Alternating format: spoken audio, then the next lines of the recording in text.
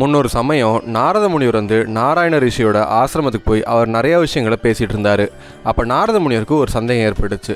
அப்போ அவர் நாராயண ரிஷியை பார்த்து அவர் கேட்குறாரு, இந்த பூமி வந்து முதல்ல நீரில் தோன்றுறது அப்படின்னு சொல்கிறாங்க. அதுக்கப்புறம் படைப்பு தொழில் உருவாகுது, எல்லா ஜீவராசிகளும் படைக்க செய்கிறாங்க. அதுக்கப்புறம் எல்லாமே அழிஞ்சு ஒன்றுக்குள்ளே ஒன்று ஒடுங்கி இந்த பூமி வந்து திரும்ப நீருக்குள்ளேயே ஒடுங்கிறதுன்னு சொல்கிறாங்க. இந்த காலத்தை தான் வந்து பிரளய காலம்னு சொல்கிறாங்க. இந்த பிரளய காலம் நடக்கிறது தான் வந்து அந்த ஆதிபராசக்தியோட கண்ணிமைக்கும் நேரம்னு சொல்கிறாங்க. இந்த பூமி எப்படி நீரில் தோன்றி இந்த நீருக்குள்ளேயே மறைஞ்சிருக்கு, இது எப்போ வெளிப்படும் அப்படிங்கிறத பற்றி நீங்கள் எனக்கு சொல்லணும். அது மட்டும் இல்லாமல் இந்த பூமியை வந்து பூமாதேவியாக அதை தாயாக கருதி இதை வணங்கவும் செய்கிறாங்க. எதனால் இந்த வழிபாடு முறை வந்திருக்கு, எப்பெல்லாம் வந்து பூமாதேவியை வணங்குறாங்க அப்படிங்கிறத பற்றியும் நீங்கள் எனக்கு விளக்கி சொல்லணும் அப்படின்னு சொல்லி கேட்குறாரு. அப்போ நாராயண ரிஷியும் சொல்லவும் ஆரம்பிக்கிறாரு.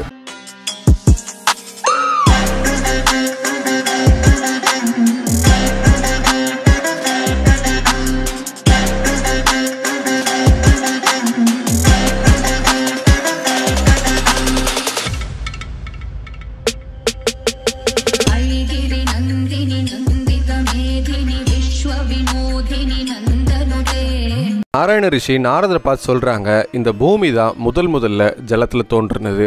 இது தோன்றின உடனே நீருக்குள்ளே தான் மூழ்கி இருக்கும். இதுக்கு வந்து மோதினி அப்படின்னு சொல்லி பேரும் இருக்குது.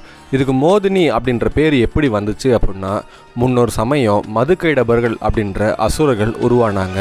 அந்த அசுரர்கள் வந்து மகாவிஷ்ணுவால் கொல்லப்பட்டாங்க. அப்போ அந்த அசுரர்களோட உடல் வந்து கூறு பிச்சு அந்த பூமியில் விழுந்துச்சு. அப்போ அந்த பூமி தண்ணியிலிருந்து மேலே எழும்பவும் செஞ்சது. அதனால தான் இந்த பூமிக்கு வந்து மோதினி அப்படின்ற பேர் வந்துச்சு. அதாவது மேதை அப்படின்ற இந்த உடல் வந்து கூறாக பட்டு பூமியில் விழுந்ததுனால இதுக்கு மோதினி அப்படின்ற பேரும் கொடுத்தாங்க அப்படின்னு சொல்லி சில புராணங்கள்லையும் சாஸ்திரங்கள்லையும் சொல்லப்படுது. ஆனால் இது எல்லாருமே ஏற்றுக்கொண்டாங்களா அப்படின்னு சொல்லி பார்த்தோம் அப்படின்னா கிடையாது. சில பேர் வேற ஒரு கருத்தும் சொல்கிறாங்க. அது என்ன அப்படின்னா, மகாவிஷ்ணுவோட உடலில் இருக்கக்கூடிய ரோம நுனிகள்லேருந்து நிறைய உலகங்கள் உருவாச்சு. அதில் ஒன்று தான் பூமி. இந்த பூமியில் வந்து பிரம்மதேவன் படைக்கும் தொழிலை மேற்கொள்ளவும் ஆரம்பித்தார். இங்கே நிறையா ஜீவராசிகளை படைக்கவும் செஞ்சார். அந்த சமயத்தில் தான் இரண்யாட்சன் அப்படிங்கிற ஒரு அசுரன் வந்து அவர் பிரம்மதேவன்கிட்டருந்து நிறையா வரங்களை வாங்கி இந்த பூமியை கையகப்படுத்தி அவர் நீருக்குள்ளே மூழ்குபடி செய்யவும் செஞ்சார்.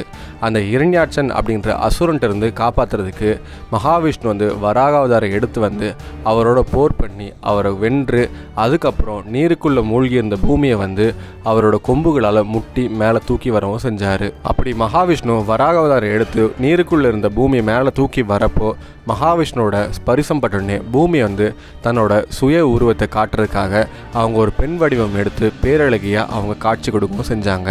அப்போ பூமி தேவியை பார்த்த உடனே மகாவிஷ்ணு வராகத்திலிருந்து அவரோட சுய அவதாரத்துக்கு வரவும் செய்கிறாரு.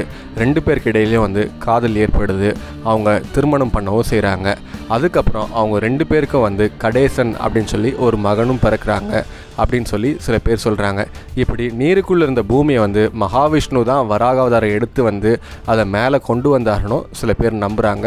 சில புராணங்கள்லையும் சாஸ்திரங்கள்லையும் இந்த கருத்துக்களையே சொல்லப்படுது. இப்படி மகாவிஷ்ணுக்கு பத்னியான மகாலட்சுமிக்கு இணையாக இந்த பூமி தேவிக்கு மகாவிஷ்ணு முக்கியத்துவம் கொடுத்ததுனால இந்த பூமி தேவிக்கு எல்லா ஆசீர்வாதங்களும் மகாவிஷ்ணு கொடுக்கவும் செஞ்சார். அப்போ பூமி தேவி வந்து மகாவிஷ்ணுவை பார்த்து கேட்குறாங்க, இந்த பூமியில் நான் எல்லா நல்லவங்க கெட்டவங்க எல்லாரையும் நான் தாங்கி பிடிக்கிறேன், அப்படிங்கிறப்போ எனக்கு என்ன மரியாதை நீங்கள் கொடுக்க போகிறீங்க அப்படின்னு சொல்லி மகாவிஷ்ணுகிட்ட கேட்குறப்போ மகாவிஷ்ணு வந்து பூமி தேவி பார்த்து சொல்கிறாங்க, இந்த பூமியில் நடக்கக்கூடிய எல்லா சுபகாரியங்கள், அதாவது பூமி சம்பந்தமான எல்லா சுபகாரியங்கள் நடக்கிறப்பையும் பூமியில் வீடு கட்டுதல், கிணறு தோண்டுதல், அதுக்கப்புறம் விவசாய தொழில்கள் எது செஞ்சாலும் உன்னை வணங்கிட்டு செய்வாங்க. அப்போ தான் அவங்களுக்கு நட்பலன்கள் கைகூடும் அப்படின்னு சொல்லி மகாவிஷ்ணு பூமி தேவியை ஆசீர்வதிக்கவும் செய்கிறாங்க. இந்த பூமி தேவியை எப்படி வழிபடுறது அப்படின்னு சொல்லி பார்த்தோம் அப்படின்னா, பூமி தேவிக்கு ரொம்ப இஷ்டமான வெண்தாமரை வச்சு வழிபடணும் அப்படின்னு சொல்லி சொல்கிறாங்க. அது மட்டும் இல்லாமல் இந்த பூமி தேவியை தொட்டு தழுவுனது அந்த வராகமூர்த்தி அப்படிங்கிறனால இந்த பூமாதேவிக்கு வசுதா தேவி இல்லை வசுந்தரா தேவி அப்படின்ற பேரும் வந்துச்சு. இந்த பூமியோட நிலக்கூறு அப்படிங்கிறது மனித உடல்லையும் கலந்து இருக்கிறதுனால இந்த பூமி தேவியை யார் ஒருவன் மனசார வழிபடுறாங்களோ அவங்க நோயற்ற வாழ்வு பெற்று அவங்க பலசாலியாக வாழ்வாங்க அப்படின்ற ஒரு நம்பிக்கையும் இருக்குது அப்படின்னு சொல்லி நாராயண ரிஷி நாரத முனிவர் முனிவருக்கு சொல்லவும் செய்கிறாரு. இப்படி நாராயண ரிஷி வந்து நீருக்குள்ளே இருந்த பூமி எப்படி மேலே வந்தது, இந்த பூமி எப்படி தோன்றுனது அப்படிங்கிற மக்களுக்கிடையே நிலவர கருத்தை வந்து நாரத முனிவருக்கு சொல்லவும் செஞ்சார்.